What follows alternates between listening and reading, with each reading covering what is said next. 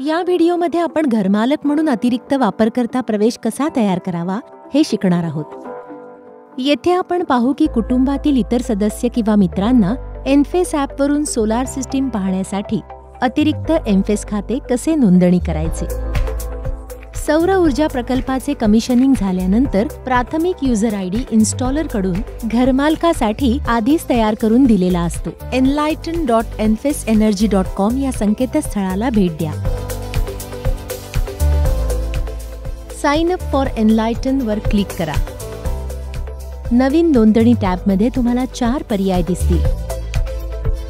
त्या 4 पर्यायांपैकी I am home owner हा पर्याय निवडा आणि सर्व आवश्यक तपशील भरा.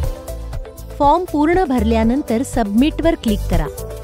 तुमच्या नोंदणीकृत ईमेल आयडीवर पडताळणी कोड असलेला एक ईमेल तुम्हाला मिळेल.